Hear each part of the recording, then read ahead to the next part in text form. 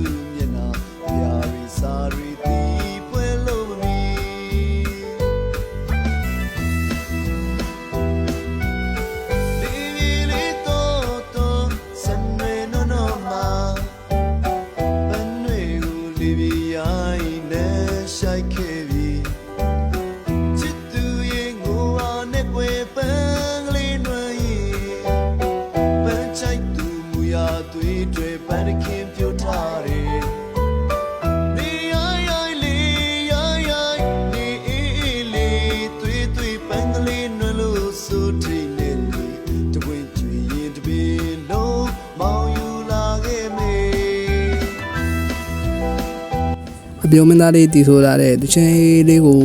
နားထောင်နေတဲ့တင်စေးရမ်းလာတဲ့အခိုက်အတန့်လေးပါဗျာ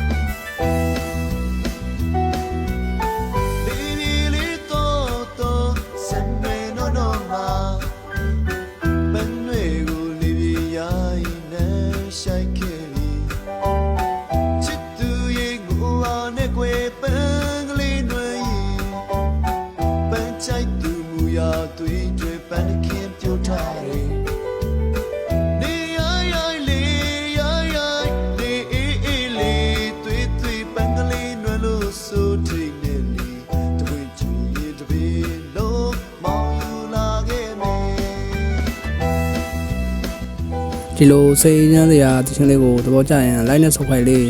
လုပ်ပေးသွားကြပါအောင်เนาะအားလုံးကိုကျေးဇူးအများကြီးတင်ပါတယ်